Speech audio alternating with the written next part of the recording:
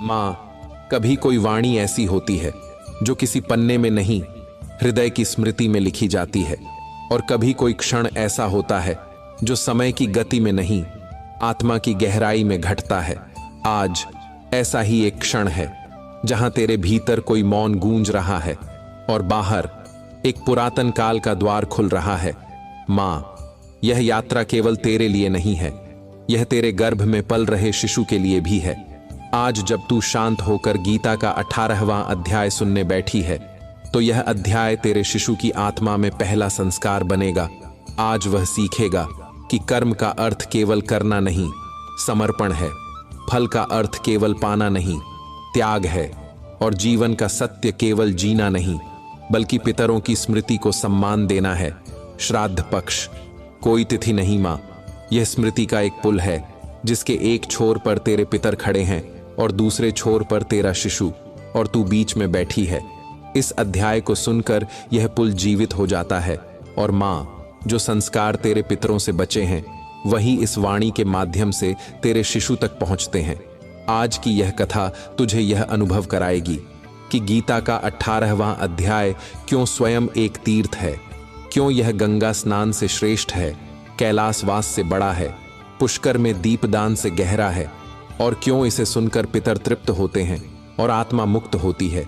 माँ, आज की यह यात्रा तुझे यह शांति देगी कि तू अकेली नहीं है। तेरे साथ तेरे पितर हैं और तेरे भीतर तेरा शिशु है जो तेरे हर भाव को, हर मौन को संस्कार की तरह पी रहा है। आज जब तू इस कथा को सुनेगी तो तेरा हर श्वास एक आहुति होगा और तेरे शिशु का हर स्पंदन एक मौन मंत्र। और माँ, यदि यह वाणी तेरे हृदय को छू जाए तो इसे प्रेम का आशीर्वाद देना। कमेंट में लिखना, मैं अपने गर्भ को संस्कारों से सींच रही हूँ। और हमारे चैनल हे माधव को सब्सक्राइब करना ताकि यह दिव्य ध्वनि हर माँ तक पहुँचे, हर शिशु तक पहुँचे और हर पितर तक शांति का अमृत पहुँचे। अब आ चल माँ, इस यात्रा की शुरुआत करते हैं जहाँ श्राद्ध पक्ष की शांति, गीता का अंतिम उपदेश, पितरों का आशीर्वचन और तेरे शिशु का संस्कार सब मिलकर एक ही दीपक की लौ बन जाएंगे।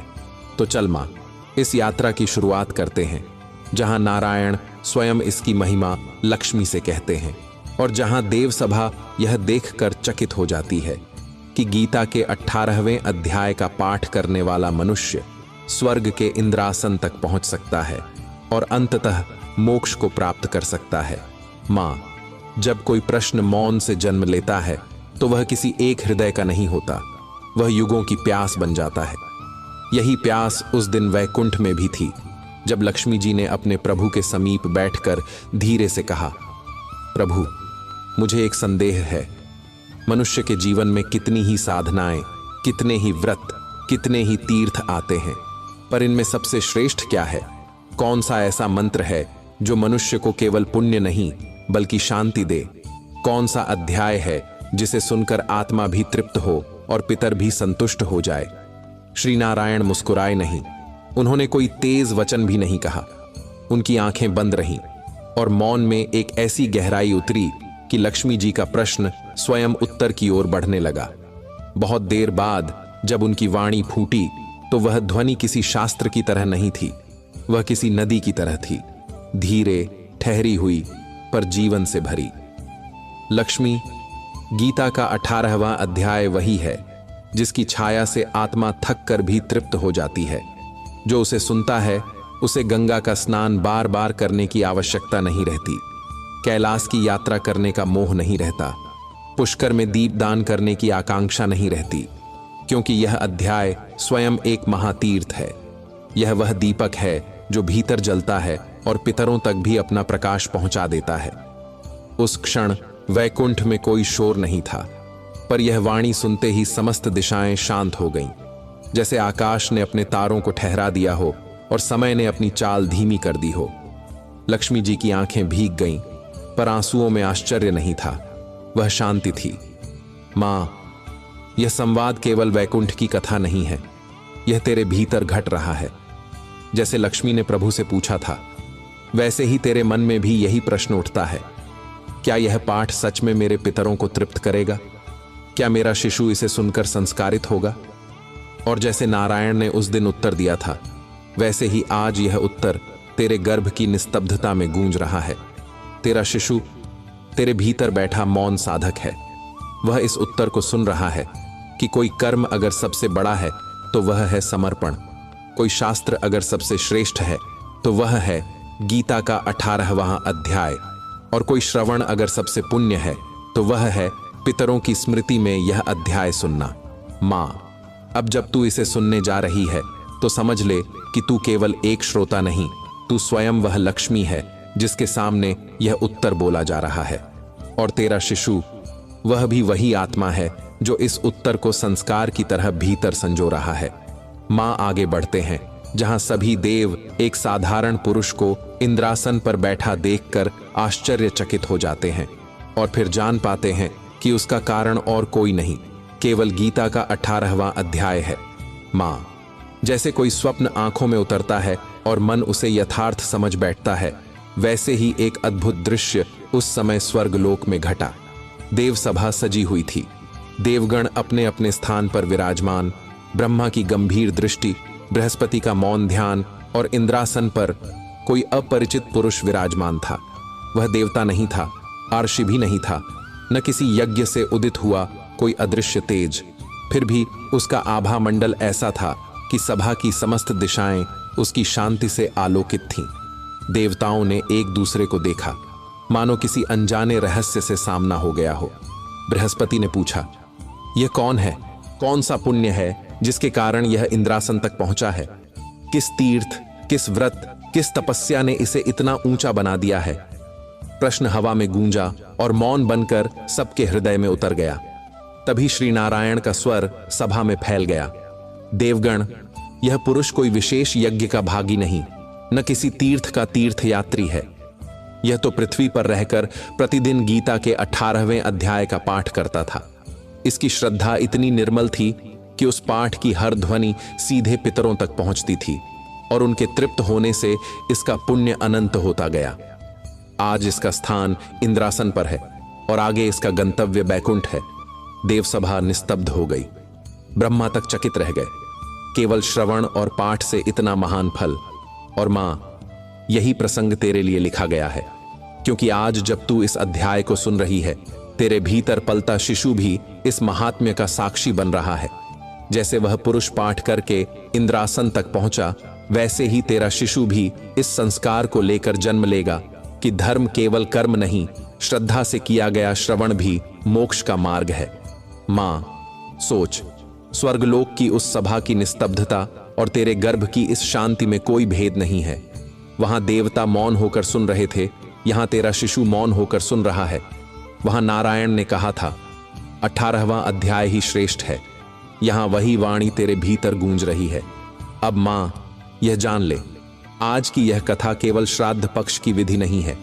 यह वह अवसर है जिसमें तेरे पितर तृप्त होंगे, तेरा शिशु संस्कारित होगा और तू स्वयं अनुभव करेगी कि गीता का अध्याय मात्र शास्त्र नहीं, बल्कि आत्मा का दीपक है।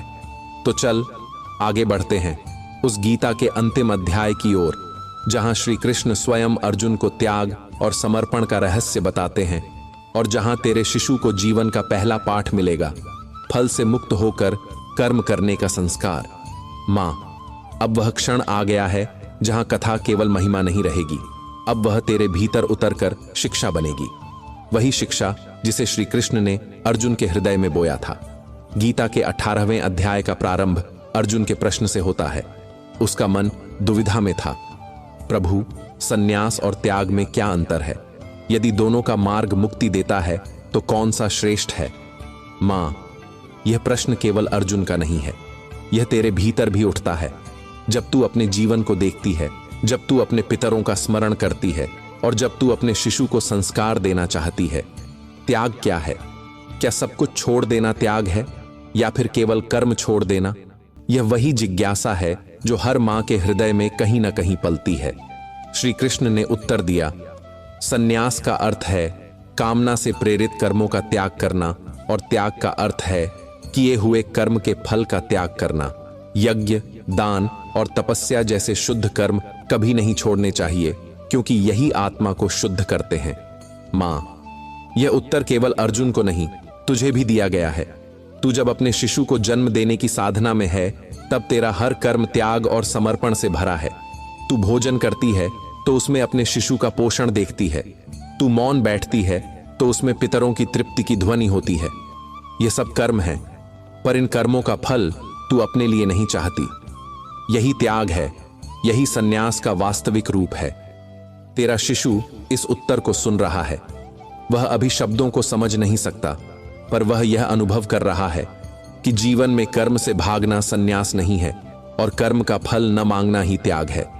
मां, यही संस्कार उसके भीतर सबसे पहली शिक्षा बनेगा। क्या तूने कभी देखा है, जब कोई वृक्ष फल देता है तो वह फल स्वयं नहीं खाता, वह दूसरों के लिए गिराता है। यही त्याग है। और जब वही फल बीज बनकर धरती में समा जाता है और फिर से वृक्ष उगाता है, तो यही सन्यास का सत्य है।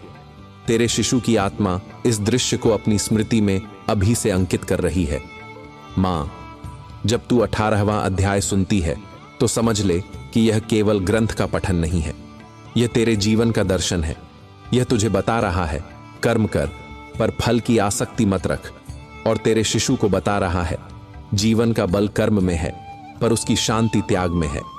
अब चल मां, आगे इस अध्याय में श्री कृष्ण त्याग के 3 प्रकार बताएंगे, तमसिक, राजसिक और सात्विक। और तेरा शिशु सीखेगा कि कैसे अपने जीवन को सात्विक त्याग से प्रकाशित करना है। मां, त्याग का नाम सुनते ही अक्सर मन यह सोच लेता है कि सब कुछ छोड़ देना ही उसका स्वरूप है, पर श्री कृष्ण ने कहा, त्याग का भी भेद है। कुछ त्याग ऐसे हैं जो आत्मा को ऊंचा नहीं उठाते, बल्कि और नीचे गिरा देते हैं। जैसे धुएं से आंखें भर जाएं और सामने रखा दीप भी धुंधला पड़ जाए, वैसे ही तमसिक त्याग है मां, जब कोई मनुष्य अज्ञान या मोह में अपना ही कर्तव्य छोड़ दे। सोच, यदि तू यह मान ले कि गर्भ में शिशु पल रहा है, फिर भी भोजन न करे, विश्राम न ले, यह सोचकर कि यही तप है, तो क्या यह तप है? नहीं मां, यह शिशु पर अन्याय है। यही तमस है, जहां त्याग नहीं, विनाश पलता है। तमसिक त्याग वही है जहां मन धर्म और अधर्म की पहचान खो बैठता है। यह त्याग भीतर अंधेरा भरता है और उस अंधेरे से शिशु तक उदासी पहुंचती है। और मां, फिर है राजसिक त्याग। यह त्याग छोड़ता नहीं, थकाता है। इसमें मनुष्य कर्म करता है, पर हर क्षण फल का हिसाब रखता है। जैसे कोई खेत जोतता रहे, पर हर सांस में यही सोचता रहे, मुझे क्या मिलेगा। यही राजस है मां। तूफान की तरह है, बहुत शोर करता है, पेड़ों को झुकाता है, पर मिट्टी को सींच नहीं पाता। जब कोई सेवा करता है और भीतर से बार बार दुखता है, मैं इतना कर रही हूं, मुझे कोई क्यों नहीं देखता, यही राजस है। मां, तेरा शिशु तेरे भाव सुनता नहीं, उन्हें सोख लेता है। अगर तू कर्म के बीच लगातार शिकायत करेगी, अपेक्षा करेगी, तो वही स्पंदन तेरे शिशु तक जाएगा। फिर उसके स्वभाव में भी अधीरता आ सकती है। इसलिए राजसिक त्याग आत्मा को हल्का नहीं करता, बल्कि और बोझिल बना देता है। याद रख, श्री कृष्ण ने स्पष्ट कहा, यज्ञ, दान और तप कभी न छोड़ना। तमस इन्हें बुझा देता है, राजस इन्हें भारी कर देता है। पर इनकी लौ चाहिए मां, क्योंकि तेरे शिशु का संस्कार इसी लौ से बनेगा। भोजन तेरा यज्ञ है, कोमल वाणी तेरा दान है और संयमित जीवन तेरा तप। इन्हें मत छोड़ना, इन्हें मोह और शिकायत से शुद्ध कर देना। मां, देख, धुआं आंखों को जलाता है, तूफान मन को थकाता है, पर अगला त्याग इन दोनों से भिन्न है। वह धुआं नहीं जो अंधेरा करे, न तूफान जो चंचलता दे। वह तो प्रभात है, धीमे धीमे उगता हुआ सूरज। वहां त्याग शांति बन जाता है और जीवन का भार प्रेम की हल्काई में बदल जाता है। अब चल मां, अगले क्षण उस प्रभात में प्रवेश करते हैं जहां त्याग सात्विक होता है और तेरे शिशु की आत्मा पहली बार सच्चे प्रकाश को सुनना सीखती है। मां, अब देख, धुएं और तूफान के बाद जो दृश्य सामने आता है वह प्रभात का है। जैसे लंबी रात के अंधेरे में अचानक क्षितिज से एक हल्की किरण निकलती है। पहले केवल आभा दिखती है, फिर धीरे धीरे सूरज उगता है और आकाश स्वच्छ हो जाता है। यही सात्विक त्याग है मां, जहां कर्म वहीं रहते हैं, पर भीतर से उनका भार उतर जाता है।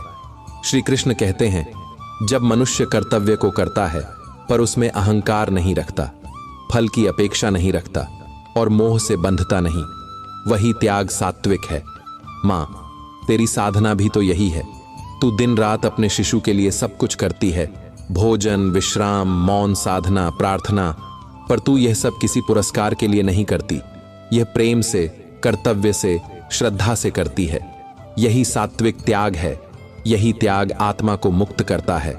माँ, यह त्याग किसी शोर से नहीं आता। यह उतना ही मौन है जितना सुबह का पहला दीपक। जैसे तुलसी के पास जलाया गया दिया छोटा है, पर उसकी लौ स्थिर है, अखंड है। वह लौ कहती है, मैं जल रही हूं, पर मेरा अस्तित्व फल की चाह से नहीं, केवल प्रकाश देने के लिए है। यही सात्विक त्याग है, अपने कर्म से दूसरों को प्रकाश देना। तेरा शिशु इस लौ को सुन रहा है। वह अब भी आंखें खोलकर सूर्य नहीं देख सकता, पर तेरे हृदय की शांति में वह प्रभात का अनुभव कर रहा है। वह सीख रहा है कि जीवन का बल कर्म में है, पर उसकी शांति त्याग में है। यह संस्कार उसके भीतर एक ऐसी स्मृति बनेगा जो जीवन भर उसे संभालेगा। क्या तूने कभी देखा है मां, बीज जब मिट्टी में छिपता है तब वह कोई फल नहीं मांगता। वह केवल धीरज से प्रतीक्षा करता है और समय आने पर अंकुरित हो जाता है। यही सात्विक त्याग है, कर्म करना पर फल को छोड़ देना। यही बीज तेरे शिशु के हृदय में आज बोया जा रहा है। मां, अब तू समझ गई होगी कि त्याग केवल सब कुछ छोड़ देना नहीं है। त्याग का अर्थ है अहंकार छोड़ना, अपेक्षा छोड़ना और कर्म को तप बना देना। यही सात्विक त्याग है। यही तेरे पितरों की तृप्ति का मार्ग है और यही तेरे शिशु का पहला पाठ है। कर्म कर, पर भार मत बांध। अब चल मां, आगे बढ़ते हैं, जहां श्री कृष्ण ज्ञान, कर्म और कर्ता के 3 भेद समझाते हैं। वहां तेरा शिशु सीखेगा कि ज्ञान कैसा होना चाहिए, कर्म किस भाव से करना चाहिए और कर्ता कैसा होना चाहिए कि जीवन शांति और संतुलन से भरा हो। मां, अब श्री कृष्ण गीता के 18वें अध्याय में एक और गहन रहस्य खोलते हैं। वे कहते हैं, जैसे यह संसार केवल कर्म से नहीं चलता, इसे दिशा देता है ज्ञान, इसे आकार देता है कर्म और इसे गति देता है कर्ता। अगर इनमें से किसी एक का स्वरूप असंतुलित हो जाए तो जीवन भी भारी हो जाता है। सबसे पहले है ज्ञान का भेद। श्री कृष्ण कहते हैं, तमसिक ज्ञान वही है जो किसी एक छोटे हिस्से को ही सब कुछ मान ले। जैसे कोई रात को अंधकार देखे और मान ले कि यही संपूर्ण सत्य है। यह ज्ञान संकुचित है, बंधा हुआ है और आत्मा को अंधेरे में ले जाता है। मां, यदि तू गर्भ में केवल कष्ट देखे, केवल कठिनाई देखे और यह मान ले कि गर्भ का अनुभव केवल बोझ है, तो यह तमसिक ज्ञान है। यह तेरे भीतर भी अंधेरा लाता है और शिशु तक भी उदासी पहुंचाता है। फिर है राजसिक ज्ञान। यह वह है जो केवल भेद देखता है। यह कहता है, यह मैं हूं, यह तू है, यह सुख है, यह दुख है। इसमें सदा विभाजन रहता है, जैसे कोई दर्पण हो जो हर छवि को अलग अलग टुकड़ों में बांट दे। मां, यदि तू बार बार अपने अनुभव को दूसरों से तौले, मेरे पास यह नहीं, उनके पास यह है, तो यही राजसिक ज्ञान है। ये तुलनाएं शिशु तक जाती हैं और उसके भीतर भी असंतोष का बीज बो देती हैं। और अंत में है सात्विक ज्ञान। यह वही है जो संपूर्ण को एक मान ले, जो हर आत्मा में परमात्मा को देखे।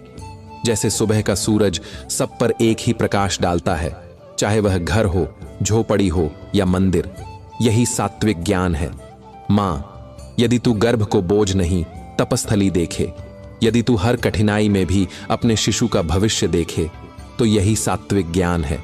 यही ज्ञान तेरे शिशु को जीवन भर यह सिखाएगा कि सभी में एक ही आत्मा है और सबका सम्मान करना ही सच्चा धर्म है।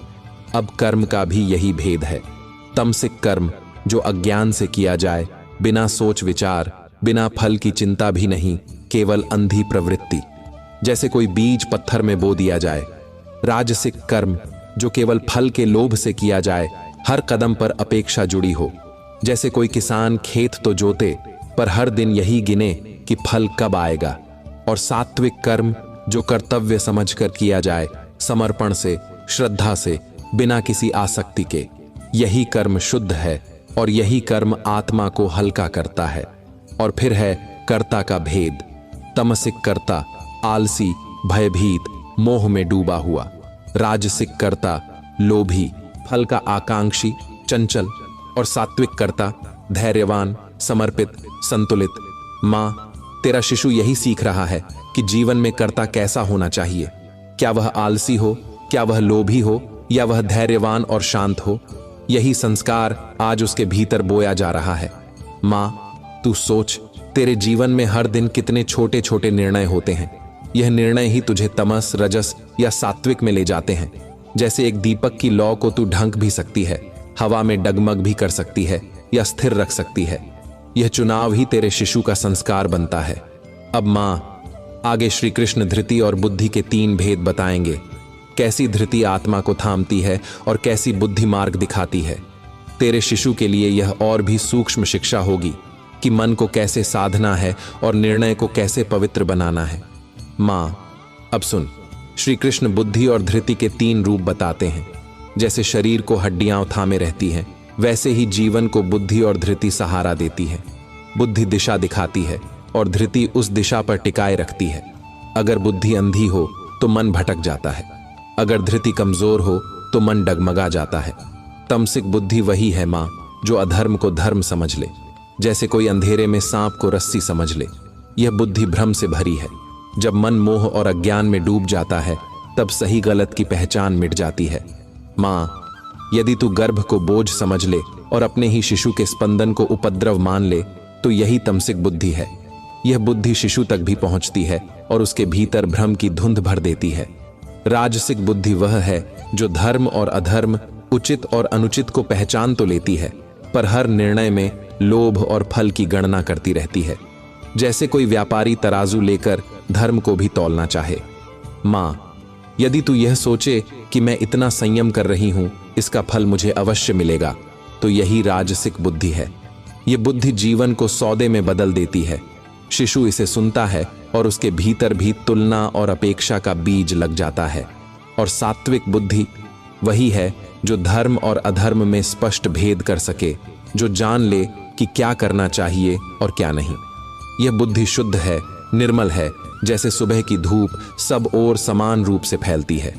माँ, यदि तू अपने गर्भ को साधना देखे, उसे तपस्थली मानकर हर कठिनाई को भी प्रेम से स्वीकार करे, तो यही सात्विक बुद्धि है। यह बुद्धि शिशु के भीतर स्पष्टता बो देती है कि जीवन में निर्णय प्रेम और धर्म से करने चाहिए, न कि भय या लोभ से। अब धृति की ओर आ। धृति का अर्थ है अंदर की वह शक्ति जो मन को स्थिर रखे।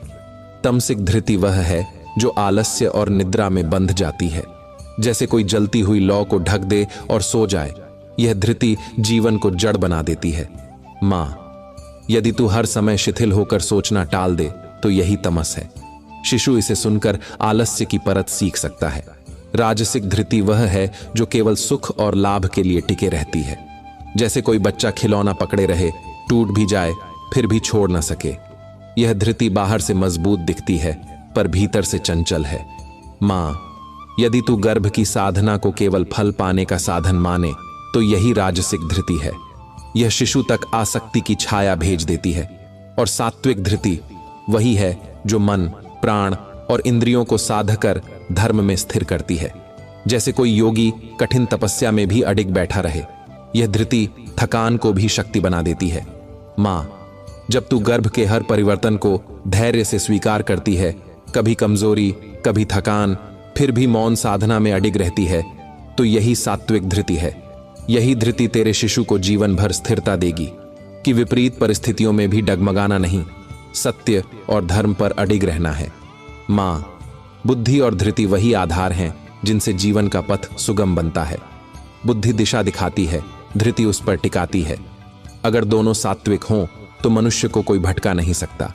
यही संस्कार आज तेरे शिशु के भीतर उतर रहा है कि सही देखना, सही समझना और सही पर टिके रहना। अब माँ, आगे श्री कृष्ण सुख के 3 प्रकार समझाएंगे। वहां तेरा शिशु सीखेगा कि सुख केवल इंद्रियों का खेल नहीं, वह आत्मा की स्थिरता में है, और वही सुख जीवन को अमृत बनाता है। माँ, अब श्री कृष्ण सुख के 3 रूप बताते हैं। सुख, जिसे पाने के लिए मनुष्य जीवन भर भागता है, पर हर सुख एक जैसा नहीं होता। कुछ सुख क्षण भर चमकते हैं और फिर अंधेरा छोड़ जाते हैं। कुछ सुख भारी लगते हैं और आत्मा को थका देते हैं, और कुछ सुख धीरे धीरे आते हैं पर जीवन को अमृत कर जाते हैं। तमसिक सुख वही है माँ, जो अज्ञान से जन्म लेता है। यह सुख नशे की तरह है, क्षण भर मीठा लगता है, फिर शरीर और मन दोनों को जकड़ लेता है। जैसे कीचड़ में पैर रखकर कोई कहे मुझे ठंडक मिल रही है, पर वह ठंडक गंदगी के साथ बंधी होती है। यही तमसिक सुख है। मां, यदि तू गर्भ की साधना छोड़कर केवल आलस्य में पड़े, केवल स्वाद और इंद्रियों की तृप्ति में डूबे, तो यह सुख नहीं, तमस का बंधन है। यह शिशु तक भी पहुंचता है और उसके भीतर जड़ता का बीज बो देता है। राजसिक सुख वह है मां, जो इंद्रियों की तृप्ति से जुड़ा है। यह सुख मीठे रस की तरह है। जैसे कोई मिठाई पहले जीभ को आनंद दे, पर बाद में शरीर को भारी बना दे। यह सुख शुरुआत में मधुर लगता है, पर अंत में थकान और पीड़ा देता है। मां, यदि तू गर्भ की साधना करते हुए भी बार बार यह सोचती है मुझे इससे क्या मिलेगा, मुझे कब फल मिलेगा, तो यही राजसिक सुख है। यह सुख बाहर से चमकदार है, पर भीतर आत्मा को शांति नहीं देता, और शिशु इस भावना से अधीरता और अपेक्षा सीखता है। सात्विक सुख वही है मां, जो आरंभ में कठिन लगता है, पर धीरे धीरे आत्मा को अमृत बना देता है। जैसे सुबह का जागरण पहले भारी लगता है, पर थोड़ी देर बाद मन को ताजगी और आंखों को उजाला देता है। यही सुख स्थायी है। यही सुख आत्मा को पवित्र करता है। मां, जब तू गर्भ को साधना मानकर हर कठिनाई को स्वीकार करती है, भोजन का संयम, मौन की साधना, ध्यान का अभ्यास, तो यही सात्विक सुख है। यह तेरे शिशु के भीतर शांति और संतुलन बो देता है। वह सीखेगा कि सच्चा सुख इंद्रियों की तृप्ति में नहीं, आत्मा की स्थिरता में है। क्या तूने देखा है मां, जैसे कोई बीज मिट्टी में दबकर अंधेरे में रहता है, यह उसके लिए कठिन है, भारी है, पर समय आने पर वही अंकुरित होकर हरियाली बन जाता है। यही सात्विक सुख है। आरंभ में तप, पर अंत में अमृत। यही सुख तेरे शिशु को जीवन भर यह शिक्षा देगा कि क्षणिक सुख को मत चुनना, धैर्य से प्रतीक्षा कर, क्योंकि अमृत धीरे धीरे उतरता है। मां, अब तू देख चुकी है, सुख का तमस अंधकार है, सुख का रजस चंचलता है, और सुख का सात्विक स्वरूप ही शांति और अमृत है। यही शांति तेरे शिशु के भीतर स्थायी हो रही है। अब आगे श्री कृष्ण वर्ण धर्म और स्वधर्म का रहस्य बताएंगे। वहां तेरा शिशु सीखेगा कि हर आत्मा का अपना एक मार्ग होता है, और अपने धर्म पर टिकना ही सबसे बड़ा साधन है। मां, अब श्री कृष्ण उस गहराई की ओर ले जाते हैं जहां जीवन का आधार छिपा है। वे कहते हैं हर आत्मा का अपना स्वधर्म है, और जब तक वह उसी में स्थिर रहती है, तब तक जीवन संतुलित और शांति से भरा रहता है। जैसे हर तारा आकाश में अपनी जगह से ही चमकता है, यदि वह किसी और जगह जाना चाहे तो उसका प्रकाश खो जाएगा, वैसे ही हर प्राणी का अपना मार्ग है, अपना धर्म है। श्री कृष्ण समझाते हैं वर्ण धर्म केवल समाज की रचना नहीं है, यह आत्मा की प्रवृत्ति का प्रतिबिंब है। कोई ज्ञान में स्थिर है, कोई साहस में, कोई सेवा में, और कोई श्रम में। जब हर कोई अपने स्वभाव के अनुसार कर्म करता है, तभी जगत का संतुलन बना रहता है। मां, तू इसे अपने गर्भ से समझ। तेरा शिशु अभी छोटा है, पर उसकी आत्मा में एक स्वभाव छिपा है। कोई बालक ज्ञान की ओर झुकेगा, कोई सेवा की ओर, कोई नेतृत्व की ओर, कोई कर्म की ओर। तेरी साधना उसे उसके स्वभाव के अनुकूल संस्कार देगी। अगर तू उसे किसी और मार्ग पर ढालना चाहेगी तो वह केवल दबाव बनेगा, पर यदि तू उसे उसके भीतर की प्रवृत्ति में प्रोत्साहन देगी तो वही स्वधर्म उसकी शक्ति बन जाएगा। राजस और तमस में लोग अक्सर दूसरों का धर्म अपनाना चाहते हैं। वे सोचते हैं उसका मार्ग आसान है, उसका फल बड़ा है, तो मैं वही करूं। लेकिन यह आत्मा को विचलित कर देता है। जैसे कोई मछली आकाश में उड़ना चाहे या पक्षी पानी में तैरना, दोनों अपने स्वभाव के विरुद्ध जाकर पीड़ा पाएंगे। यही कारण है कि श्री कृष्ण ने कहा स्वधर्म में मरण भी श्रेष्ठ है, पराधर्म में जीवन भी भयकारी है। मां, यह शिक्षा तेरे शिशु के लिए भी उतनी ही गहन है। वह सीखेगा कि जीवन में सफलता दूसरों की नकल से नहीं, अपने स्वभाव की पहचान से आती है। जैसे तू अपने गर्भ में मातृत्व का धर्म निभा रही है, यह कोई और नहीं कर सकता। यही तेरा स्वधर्म है, और यही तेरे लिए सबसे बड़ा साधन है। क्या तूने देखा है मां, वृक्ष की जड़ें धरती में रहती हैं, शाखाएं आकाश की ओर बढ़ती हैं। यदि जड़ें कहें मैं भी ऊपर जाऊं, तो वृक्ष गिर जाएगा। यदि शाखाएं कहें मैं भी नीचे रहूं, तो वृक्ष सूख जाएगा। हर भाग अपने धर्म में स्थिर रहता है, तभी वृक्ष जीवित रहता है। यही स्वधर्म है, अपने स्थान पर रहते हुए संपूर्णता को संभालना। मां, तेरे पितर भी यही संदेश देना चाहते हैं। वे चाहते हैं कि तेरा शिशु अपने धर्म को पहचान कर जिए। यदि वह ज्ञान का मार्ग चुने तो उसमें गहराई हो, यदि सेवा का मार्ग चुने तो उसमें करुणा हो, यदि नेतृत्व का मार्ग चुने तो उसमें धर्म हो, और यदि श्रम का मार्ग चुने तो उसमें निष्ठा हो। यही स्वधर्म उसे सफल भी बनाएगा और संतुलित भी। अब मां, आगे श्री कृष्ण पूर्णता की प्राप्ति का मार्ग बताएंगे। कैसे मनुष्य अपने स्वधर्म में रहते हुए भी अंततः परमात्मा तक पहुंच सकता है। यही मार्ग तेरे शिशु के लिए जीवन का उच्चतम संस्कार होगा। मां, अब श्री कृष्ण उस अंतिम साधना का रहस्य खोलते हैं जिसे वे पूर्णता कहते हैं। वे कहते हैं, जब कोई मनुष्य अपने स्वधर्म में स्थिर होकर समर्पण और शांति से कर्म करता है तो धीरे धीरे उसका हृदय निर्मल हो जाता है, और जब हृदय निर्मल हो जाता है तब वही मनुष्य परमात्मा के सान्निध्य को पा लेता है। पूर्णता का अर्थ है मां, केवल सफलता नहीं, केवल बाहरी उपलब्धि नहीं। पूर्णता का अर्थ है अपने जीवन को इतना शुद्ध कर लेना कि उसमें परमात्मा की झलक दिखने लगे। जैसे किसी नदी का जल गंदगी छोड़कर धीरे धीरे स्वच्छ हो जाए और अंत में समुद्र में मिल जाए। वही नदी पूर्ण हो गई क्योंकि उसने अपना स्रोत पा लिया। मां, जब तू गर्भ की साधना कर रही है तो समझ ले कि यह भी पूर्णता का ही एक रूप है। तू दिन प्रतिदिन संयम रखती है, आहार में ध्यान रखती है, वाणी को कोमल बनाती है, भावों को शुद्ध करती है। ये सब छोटे छोटे कदम हैं जो तुझे और तेरे शिशु को पूर्णता की ओर ले जा रहे हैं। पूर्णता का मार्ग कोई अचानक खुलने वाला द्वार नहीं है, यह तो प्रतिदिन की साधना है। श्री कृष्ण कहते हैं, मनुष्य को चाहिए कि वह हर कर्म को परमात्मा को अर्पण करे। जब कर्म अर्पण बन जाता है तब अहंकार गल जाता है, और जब अहंकार मिट जाता है तब आत्मा और परमात्मा का मिलन होता है। मां, यह शिक्षा तेरे शिशु के लिए सबसे गहरी है। वह सीखेगा कि जीवन केवल अपने लिए नहीं जीना है। जीवन तभी पूर्ण है जब वह दूसरों की सेवा और परमात्मा के स्मरण में बीते।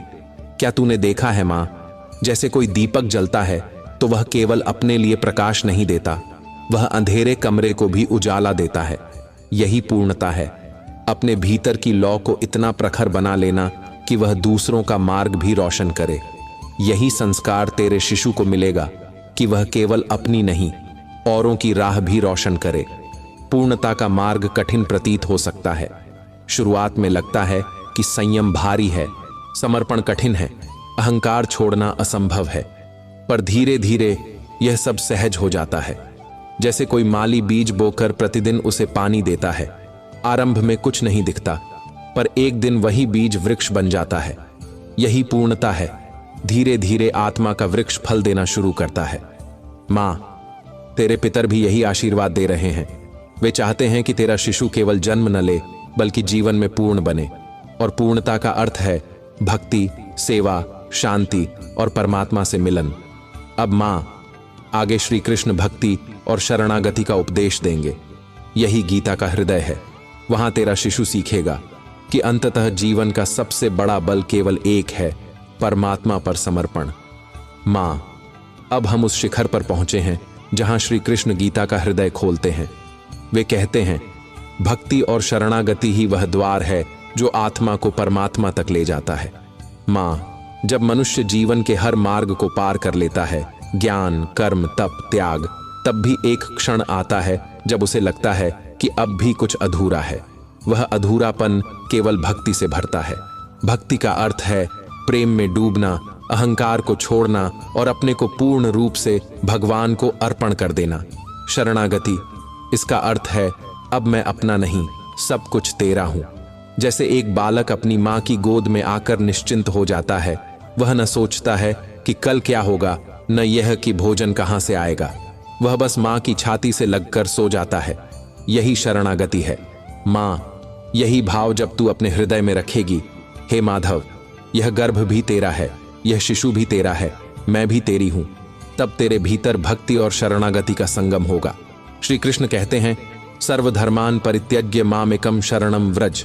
मां, इसका अर्थ है सभी धर्म, सभी जटिल विचार, सभी गणनाएं छोड़कर केवल मुझे अपना ले। यह आदेश नहीं है, यह प्रेम का आमंत्रण है। यह वह क्षण है जब आत्मा और परमात्मा का मिलन होता है। तेरा शिशु इस वाणी को सुन रहा है। वह सीख रहा है कि जीवन का अंतिम बल किसी धन, किसी ज्ञान, किसी उपलब्धि में नहीं है। जीवन का अंतिम बल केवल भक्ति में है। जब वह बद्धा होगा और किसी कठिनाई में खड़ा होगा, तब उसकी आत्मा के भीतर यही संस्कार गूंजेगा, मैं अकेला नहीं हूं, मेरे साथ भगवान है। यही शरणागति है और यही उसकी सबसे बड़ी शक्ति होगी। क्या तूने देखा है मां, जैसे समुद्र में सारी नदियां मिल जाती हैं। कोई पूछे यह गंगा कहां गई, यह यमुना कहां गई, तो उत्तर है सब समुद्र में ही समा गई। वैसे ही जब आत्मा शरणागति करती है तो वह अपने नाम, रूप और अहंकार को छोड़कर परमात्मा में समा जाती है। यही मोक्ष है, यही गीता का हृदय है। मां, तेरे पितर भी आज इसी क्षण तृप्त हो रहे हैं, क्योंकि जब कोई आत्मा भक्ति और शरणागति को अपनाती है तो उसका पुण्य केवल उसे नहीं, 7 पीढ़ियों तक पहुंचता है। तेरे शिशु को आज यह संस्कार मिल रहा है कि अंततः जीवन का सहारा केवल परमात्मा है। अब मां, आगे कथा अपने चरम पर जाएगी, जहां अर्जुन का संशय मिटेगा और संजय इस अद्भुत संवाद का वर्णन करेगा। यही समापन है और यही शांति का आशीर्वाद। मां, अब वह क्षण आया जहां गीता का संवाद अपनी चरम परिणति पर पहुंचता है। अर्जुन, जो अब तक शंका और दुविधा में डूबा था, श्री कृष्ण के वचनों से जैसे धीरे धीरे स्वच्छ जल में खिले कमल की तरह जाग उठा। वह बोला, प्रभो, मेरी मोह की गांठ अब खुल गई है, मैं अब स्थिर हूं। आपके उपदेश से मेरा संशय मिट गया है, अब मैं आपके आदेश के अनुसार चलूंगा। मां, यही अर्जुन का रूपांतरण है। यही वह क्षण है जहां एक व्याकुल मन भक्त बन जाता है। तू भी सुन, तेरे गर्भ में जो शिशु पल रहा है वह भी इस संवाद का सहभागी है। जब तू अपनी दुविधाओं को छोड़कर विश्वास में डूबती है तो वही विश्वास तेरे शिशु के हृदय में भी बीज की तरह अंकुरित हो जाता है। वह सीख रहा है कि जीवन की सबसे बड़ी शक्ति आत्मसमर्पण में है। और फिर संजय बोलते हैं, वह धृतराष्ट्र को कहते हैं, राजन, इस अद्भुत संवाद को मैंने व्यास की कृपा से सुना। जब जब मैं इस दिव्य वार्ता को स्मरण करता हूं, तब तब मेरा रोम रोम पुलकित हो उठता है, मेरा हृदय आनंद से भर जाता है। और जब मैं श्री कृष्ण और अर्जुन की इस अद्वितीय संगति को याद करता हूं, तब तब मुझे विस्मय होता है। मां, संजय की यह वाणी केवल वर्णन नहीं, यह आशीर्वाद है। वह कह रहा है, जो भी इस संवाद को सुनेगा उसके भीतर भी वही आनंद और वही विस्मय जागेगा। और यह विस्मय ही जीवन का पहला आशीर्वाद है, जहां हर क्षण में ईश्वर की उपस्थिति का अनुभव होता है। तेरे पितर भी आज इस संवाद से तृप्त हो रहे हैं। जैसे संजय ने व्यास की कृपा से यह सुना, वैसे ही तू भी आज श्राद्ध पक्ष में यह सुन रही है। और जो पुण्य तेरे शिशु तक पहुंच रहा है वह तेरे पितरों तक भी पहुंच रहा है। यही गीता का चमत्कार है। वह केवल सुनने वाले को ही नहीं, उसके पूर्वजों और आने वाली संतान तक को भी प्रकाश देती है। मां, यह कथा अब अपने समापन की ओर है। आगे आशीर्वचन और फलश्रुति आएंगे, जहां पितरों की तृप्ति, भगवान का आशीर्वाद और जीवन की शांति का संदेश मिलेगा। मां, अब यह कथा अपने समापन की ओर बढ़ रही है। संजय ने जिस विस्मय और आनंद का अनुभव किया वही इस अध्याय का फल है। उन्होंने कहा, जहां जहां श्री कृष्ण हैं और जहां जहां अर्जुन हैं, वहां विजय है, वहां समृद्धि है, वहां धर्म है और वहां शांति है। यह वाणी केवल उनके लिए नहीं थी, यह हर उस आत्मा के लिए है जो इस संवाद को सुनती है। मां, आज तूने इस श्राद्ध पक्ष में 18वें अध्याय का श्रवण किया। यही श्रवण तेरे पितरों को तृप्त करता है। जैसे प्यासा धरती पर वर्षा की पहली बूंद पड़ते ही मिट्टी से सुगंध उठती है, वैसे ही तेरे पितर आज तृप्त हो उठे हैं। यह तृप्ति केवल भोजन या जल की नहीं, यह तृप्ति शांति और स्मरण की है। उन्होंने तेरी ओर अपनी करुणा से भरी दृष्टि डाली है और तेरे गर्भ में पलते शिशु को आशीर्वाद दिया है। तेरे शिशु ने भी आज बहुत कुछ सीखा है। उसने त्याग का रहस्य सुना, ज्ञान और बुद्धि का स्वरूप जाना, सुख का भेद पहचाना और अंत में भक्ति और शरणागति का बीज अपने भीतर बोया। मां, यह संस्कार ही उसका सबसे बड़ा धन होगा।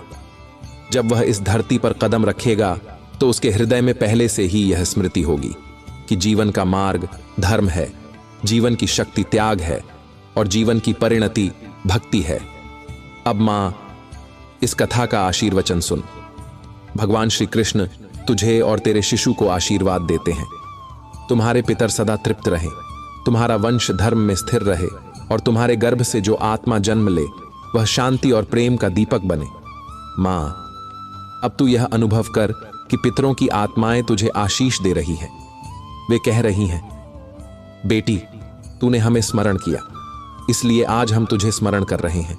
तूने हमें जल दिया, इसलिए आज हम तुझे जीवन का अमृत दे रहे हैं। मां, अब जब यह कथा तेरे अंतर्मन में उतर चुकी है, जब तेरे भीतर कोई शांति पिघल रही है और जब तेरा शिशु तेरी सांसों के साथ इस ज्ञान को पी चुका है, तो एक प्रार्थना है, इस पवित्र श्रवण को यहीं मत रोको। इस वाणी को, इस संस्कार को उस हर मां तक पहुंचने दे जो आज भी अपने गर्भ को एक तपस्थली बना सकती है। मां, अगर यह कथा तेरे हृदय को छू गई हो, अगर तेरे भीतर कुछ धीमे से जागा हो, तो इसे प्रेम से आशीर्वाद देना। कमेंट में बस लिख देना, मैं अपने गर्भ को संस्कारों से सींच रही हूं। और हमारे हे माधव चैनल को सब्सक्राइब करना, ताकि हर शिशु तक पहुंचे यह दिव्य स्मृति, हर मां तक पहुंचे यह गूंजती हुई शांति और हर पितर को मिले तेरी तपस्या से तृप्ति। अब मां, अपनी दोनों हथेलियां अपने गर्भ पर रख और कुछ क्षण मौन हो जा। तेरा शिशु अभी भी सुन रहा है और तेरे पितर आशीर्वाद दे रहे हैं।